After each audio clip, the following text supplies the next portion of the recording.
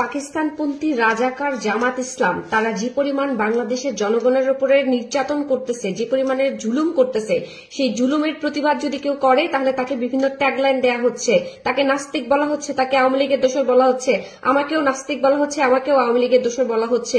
আমি প্রতিবাদ করার ফলে যদি আমাকে এইসব ট্যাগলাইন শুনতে হয় তাহলে আমি মেনেই নিলাম আমি একজন নাস্তিক, আমি শুধু আওয়ামী লীগের দোষর না, আমি আওয়ামী লীগই করি, সেটাও মেনে নিলাম। আমি তাদেরকে বলবো, আমি বাংলাদেশের সমস্ত মানুষকে বলবো, আপনারা সবাই এই জামাত ইসলামের বিরুদ্ধে রুখে দাঁড়ান। আদারওয়াইজ যারা যারা আপনারা মাঠে নামবেন না এবং জামাত ইসলামের বিরুদ্ধে দাঁড়াবেন না, তারা সবাই নাস্তিক। জামাত ইসলাম জঘন্য কাজ করতেছে বাংলাদেশে, প্রত্যেকটা মানুষকে ধরে ধরে নির্যাতন করতেছে, জুলুম করতেছে। এই জুলুম সহ্য করার মতো না। তারা পাকিস্তানি, তারা হচ্ছে রাজাকার, তাদেরকে কোনোভাবে বাংলাদেশে ঠাঁই দেওয়া যাবে না এবং সবাইকে এই ব্যাপারে অবশ্যই সচেতন হইতে হবে এবং সবাইকে এই ব্যাপারে রাজপথে নামতে হবে। এদের চিহ্ন পর্যন্ত আমাদের দেশে রাখা যাবে না। এরা নাস্তিক, জামাতের আমির নাস্তিক, জামাত শিবির যারা করে সবাই নাস্তিক। জামাত প্রচন্ড রকমের পাকিস্তানপন্থী একটা দল, এই দলকে নিশ্চিহ্ন করে দিতে হবে বাংলাদেশ থেকে।